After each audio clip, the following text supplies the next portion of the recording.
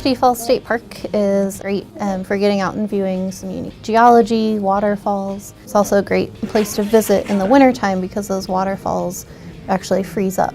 And so you get to view the ice hanging off the cliffs. And sometimes they'll reach all the way from the top of the cliff down to the bottom. And so you'll just have this whole unique column there. This is a great time to come out because the visibility is really good and you can take a look and see what's going on, and all of the frozen water and ice kind of sculptures and structures is pretty neat to see.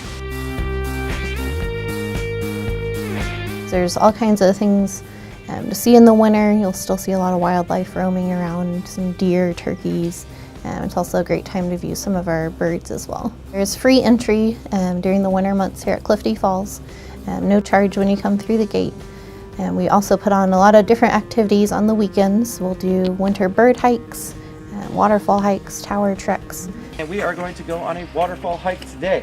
We try and bring you to some of the interesting areas of the park, but also not some of the more rugged areas, just due to the ice and the snow. We'll walk up some more limestone steps and then we'll go down a hill. So we try and stick to some of the more moderate to easy trails. Since it's free, it's a great place to come in and get that exercise, and you also don't get very sweaty from the hot temperatures. Clifty Inn is open every single day and has a great overlook of the Ohio River.